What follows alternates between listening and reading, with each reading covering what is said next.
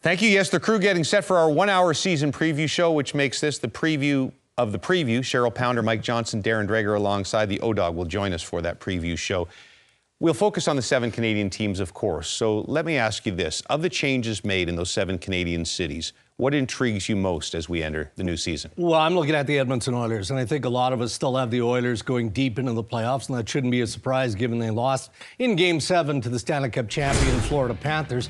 But they've had to make changes up front. Victor Arvidsson seems like a real good fit on that second line right side. Big question mark beside Jeff Skinner, who initially was on the left side second line. Now we see him as a third line left winger. What's going to become there? And then you look at the concerns that the Oilers have on D, and automatically people are saying, okay, well, was Cody Ceci a perfect defenseman? No. Vinny Desharnais, in and out, but he had size. What about Broberg? Well, he came in late into the year. But the biggest concern for the Oilers, I think, is on defense, and it's probably an area that Stan Bowman is going to have to address. Well, since you're talking about defense, let's go right to the Toronto Maple Leafs, and that is certainly a line that I'm going to track. And Brad Treliving did say, listen, this is a major concern and we have to address it, and he did do that. And you look right to Tanev. I mean, getting that right shot defender, but also someone who can align with Morgan Rielly and let him do his thing and get up ice and attack. So you know that's certainly someone that has to be strong on the back end, because if he is injured or he is out, I think that they are going to have some concerns there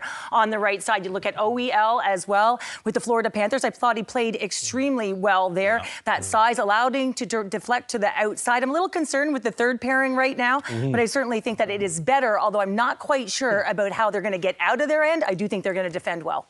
What about the Ottawa Senators, the team trying to catch one of those teams atop the Atlantic Division? And how many years have we talked about the goaltending being an issue, being a problem, not playing very well? So what do? They go out and get the best goalie in the league the last 2 years, Linus Ullmark, who had a terrific run with the Boston Bruins.